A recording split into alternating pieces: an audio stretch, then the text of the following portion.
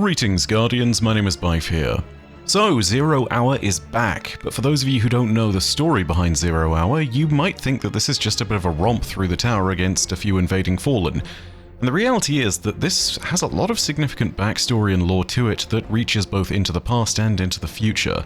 The story of it acts as this intriguing midpoint for the storylines of the Destiny 1 and Destiny 2 Vanilla Fallen, and the Fallen reaching out into Beyond Light and even the seasons of the Splicer and the Plunder. It is such an interesting narrative midpoint as well because it features one of the more important characters for the Fallen as far as the Light is concerned, which is Mithrax, and it features his foil, his counterpart on the side of Darkness and the side of the Witness in the form of Eramis. They both have their first real conflict here, and it's fascinating to see this moment unfold for that alone. That massive scene where the two of them duel in the season of the Plunder and go full sword to sword, yeah, that happens and is built up to primarily with this in mind. Today though, I'm going to explain all of that as well as a little bit of the lore of the exotic weapon that you get from here, namely, the Outbreak Perfected. But first, hey, it's me on camera. I know, a bit of an odd transition, but I'm here to talk to you about something important. Have you been feeling tired lately? If you have, maybe you've also got scratchy eyes, had headaches recently. Maybe you just feel fatigue generally after a long session of gaming. If that is the case, it may be because of blue light. That is something which will come from every single screen you use when gaming, from all your modern devices, from sitting down in front of a desk at a desk job every day. It's everywhere in our modern world, and it will do a number on your sleep cycle. If you really want to prevent it from taking over your life, like I know it did with me in university, then you need to get something that filters out that blue light. And that's why I'm partnered with GMG. They are a company that makes blue light filter glasses, much like these ones. And when you are using blue light filter glasses, it's going to be much more effective at preventing you from feeling the effects of fatigue and tiredness, and it will help your eye health as well. Now that I have blue light filters on all my glasses, well, yeah, I would never go back to ones without them. And that's why I really strongly recommend people jump in with a company like GMG. In particular, anyone who's wearing contacts or who has great sight, these are glasses without a prescription. So you can just go ahead, throw them right on, and you're perfectly good to go. That's something which I'm really glad for when it comes to GMG too, because it also means they've got a ton of different stylish frames that you can pick out from. Now, if you're just buying a pair of these glasses and you're starting to feel the effects, you will still need to recover from having blue light affecting your sleep. And if you're trying to get back into a normal circadian rhythm, I might recommend picking up GMG's sleep gummies as well. They'll allow you to more naturally fall back into a normal sleeping pattern, and it'll mean that generally speaking you have a simpler night of sleep, and you can phase yourself back into normality. So, assuming that all of that is of interest to you, assuming you are a gamer, maybe you're doing the Day 1 raid, maybe you're jumping into other games at some point this year, regardless of what's going on, there is a fantastic deal for all of you that you can get, and that's a whopping 40% discount with GMG only at my link down below. But be warned, it only lasts for the next 48 hours. You have 2 days. So go ahead, jump in at the link below, and get your discounted products and protect yourself from the harmful effects of blue light. Thanks again to GMG for sponsoring this video, and for sending me a pair that I can use on my day-to-day. Anyway, back to the lore. So if you're going to understand all the pieces of Zero Hour and how everything fits together, I think you first need to understand why all the characters involved in this mission are here in the first place. That means you need to understand the story of Eramis and Mithrax leading up to this point. So let's start with Eramis. At this point in the timeline, the House of Salvation doesn't even exist, and she's just a baron with the fallen House of Devils. In Destiny 1 and its expansions, we absolutely decimated the House of Devils across a multitude of events. Whether it was during the House of Wolves when we stopped them being overtaken by Skolas the Rabid and left them a little bit more leaderless, whether it was our very first mission where we killed Rixis the Devil Archon, or whether it was when we killed Sepix Prime, we have dealt them a number of blows across this entirety of our story. However, there is one beatdown against these particular Fallen that is more memorable than any other, and that is the Siva Crisis. Back in Rise of Iron, the House of Devils managed to break their way into a previously closed-off section of the Cosmodrome in Old Russia. This was a troubling moment, not least because it was accompanied by the discovery of what lurked in the shadows of that place. Siva. Siva, for those who don't know, is a nanotechnology that can basically be used to create anything.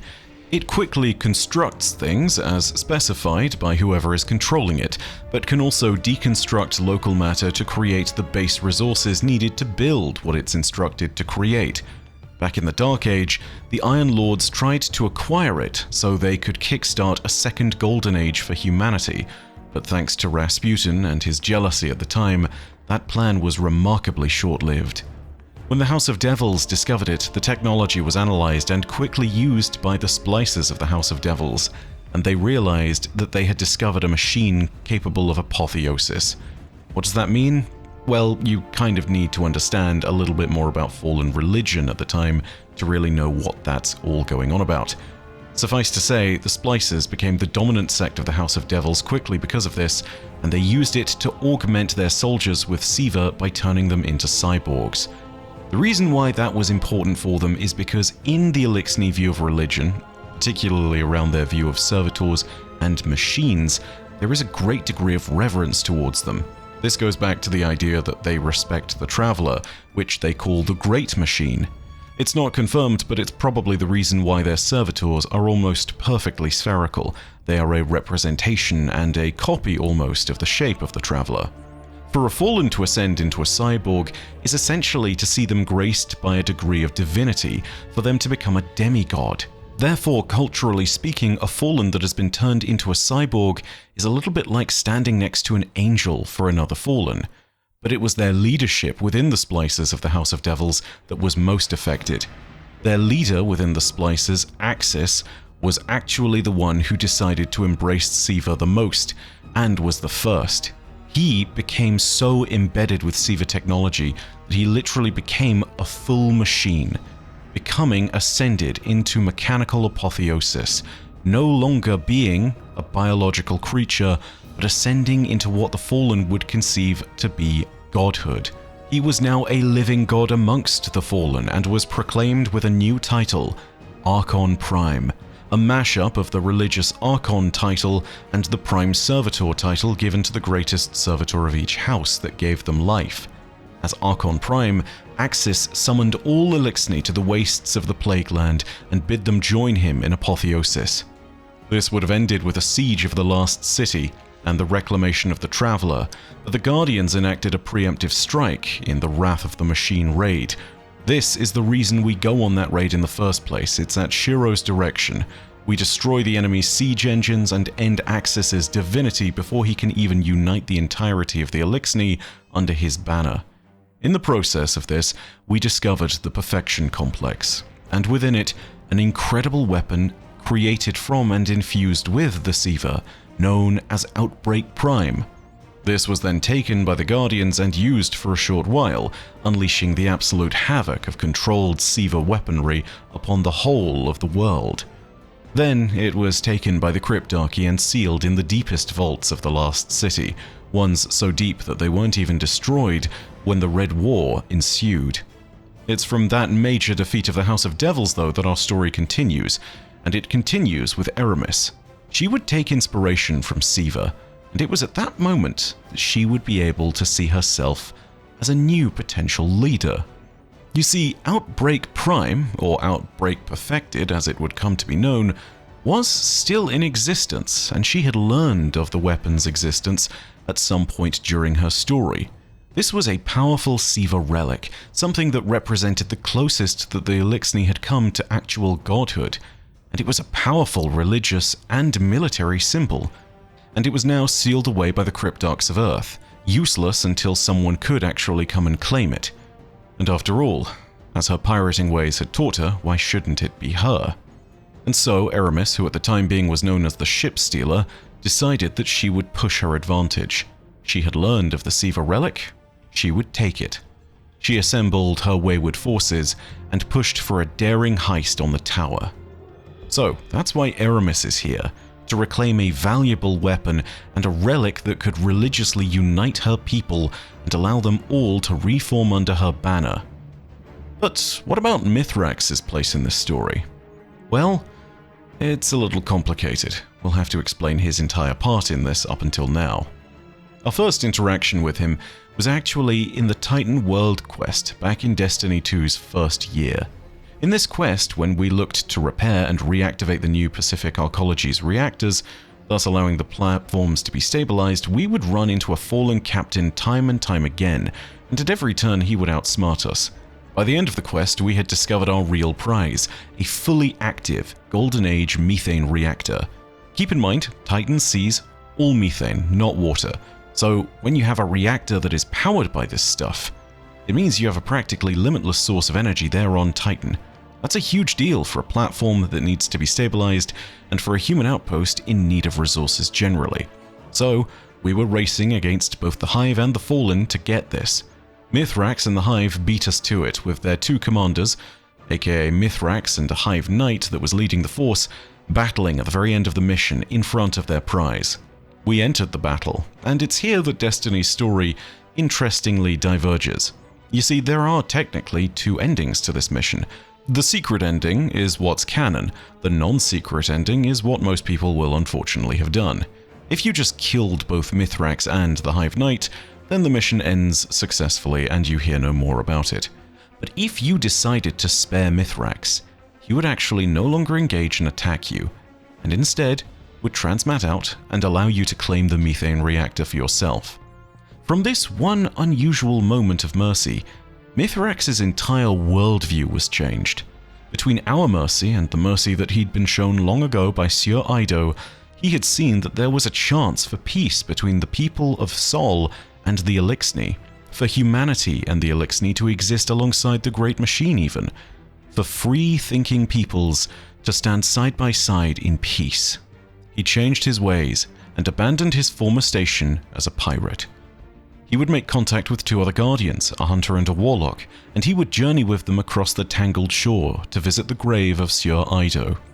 It was in this place, before the Awoken who had shown him so much grace, whose name he had even given to his own adopted daughter, that he swore that he would unite all the free-thinking Eliksni under a new house and be their Kell, that house would be the House of Light, and that they would seek peace with humanity and all the peoples of Sol, and that they would stand at the Traveler's side, and the side of the Guardians.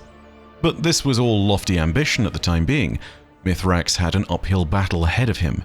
To be accepted, he would need to prove his belief and willingness to assist the Guardians, and inevitably that would mean putting his own neck on the line time and time again. This was not going to be an easy thing to do. Any fledgling Guardian with even a basic grasp of the light is capable of killing even an experienced fallen captain. So any single Guardian who didn't believe him or didn't even give him the time of day to speak could have simply killed him and rendered him his final death. All grand gestures would have been moot at that point. So when Mithrax heard about the House of Devils and their 0-hour heist to steal Siva from the tower itself, an opportunity had presented itself to show his sincerity. And so, he made plans to assist us. But of course, you can't just walk up to a Guardian and say, "Hi, I would like to help you."